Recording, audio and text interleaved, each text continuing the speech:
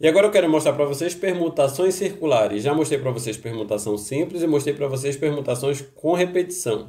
Não tem muita diferença de permutações circulares para as permutações lineares. A forma de resolver é muito parecida. Você só tem que levar em consideração que nesse caso aqui estamos tratando de um círculo e não de uma fila. E para explicar esse novo tipo de permutações para vocês, eu desenhei aqui um círculo onde tem 5 elementos. E a pergunta é de quantas formas eu consigo permutar esses 5 elementos aqui nesse círculo. Nós vimos anteriormente que se eu tenho 5 elementos, eu vou colocar 1, 2, 3, 4, 5. São 5 espaços em fila onde eu vou permutar 5 elementos. Isso aqui eu estou falando de permutação simples, permutação linear, né? Aqui para a primeira posição, eu tenho 5 opções de elementos. Para a segunda posição, como eu já escolhi um aqui na primeira, vai me sobrar 4 opções. Na terceira posição, eu tenho 3 opções. Na quarta posição, eu tenho 2 opções. E na última posição aqui, eu tenho uma opção. Coloco multiplicação aqui. E o resultado dessa permutação vai ser igual a 5 fatorial, que é o mesmo que 5 vezes 4 vezes 3 vezes 2 vezes 1. Se você ainda não viu o vídeo anterior, tudo isso aqui eu explico nos vídeos anteriores aqui sobre permutações simples e permutações com repetição. Se você ainda não viu, dá uma olhada lá. Aqui eu estou só relembrando. O que muda dessa permutação linear para essa permutação circular? A única mudança é que se eu tiver 5 espaços, 1, 2, 3, 4, 5, eu tenho 5 posições a escolher. E se eu tenho os elementos de A a E, A, B, C, D ou E, ele vai ser A, B, C, D ou E. Essa aqui é uma das opções que eu tenho de organização para essa fila. Se eu tiver novamente mais 5 espaços aqui, olha, e eu começar do B, eu vou ter B, C, D, E, A. Já é uma opção diferente de organização para essa fila. Fazendo novamente, e eu posso agora, ao invés de começar do B, eu vou começar do C, C, D, E, A, B. Faço novamente, porque agora eu quero começar do D, aí eu terei D, E, A, B, C. E faço novamente para começar do E, né, que é meu quinto elemento. Eu tenho E, A, B, C, D. Veja que se eu tiver permutação linear, se eu começo do A, eu tenho um tipo de organização. Se eu começo do B, já é uma fila diferente. Se eu começo do C, é uma outra fila. Se eu começo do D, novamente é uma outra fila. E se eu começo do E, novamente é uma outra fila. E isso é se eu estiver tratando com permutação linear. Se for permutação circular, aqui eu tenho A, B, C, D e E. É uma organização aqui no círculo dos 5 elementos. Se eu começar do B, olha, eu comecei do A, agora eu vou começar do B.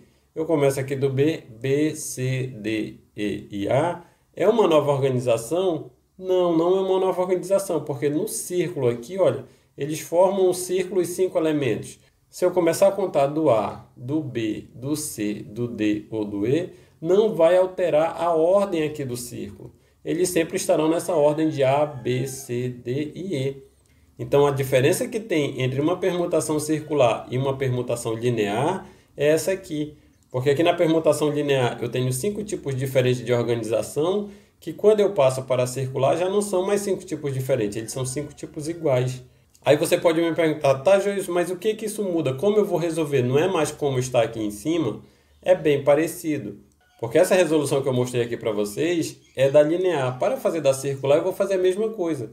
Eu vou colocar 1, 2, 3, 4, 5 espaços.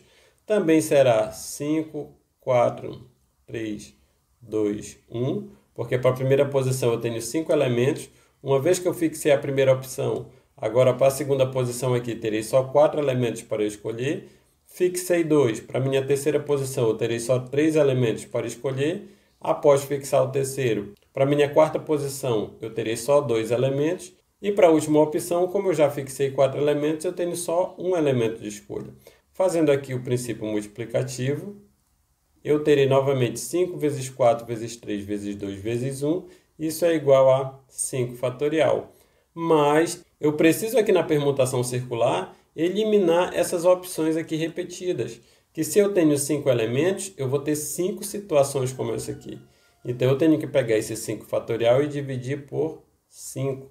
A mesma coisa seria se fossem 4 elementos. Eu teria 4 situações dessa aqui. Então, seria 4 fatorial dividido por 4. E a forma de generalizar isso aqui é que isso é igual a 5 vezes 4 fatorial dividido por 5.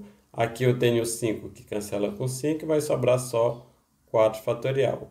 Joilson, o que foi que você fez aí? 5 fatorial, ele é 5 vezes 4 vezes 3 vezes 2 vezes 1. Só que esse 4 vezes 3 vezes 2 vezes 1, isso aqui é 4 fatorial. Então eu posso escrever 5 fatorial ou eu posso fazer 5 vezes 4 fatorial, que foi o que eu fiz aqui. E por que eu fiz isso? Para eu poder cancelar esse 5 com esse 5, que aqui em cima ele está multiplicando e embaixo está dividindo, e vai sobrar só 4 fatorial. Então, toda permutação circular, se for permutação simples sem repetição, se você tem 5 elementos, o resultado dela é 4 fatorial. Se você tiver 8 elementos, o resultado dela é 7 fatorial. Se você tiver 10 elementos, o resultado é 9 fatorial. Então, se você tiver uma permutação circular com n elementos, você pode dizer que a permutação circular desses n elementos ela é igual a n-1 fatorial. Por que o n-1? Porque se eu tenho 5 é 4, 4 é 5 menos 1.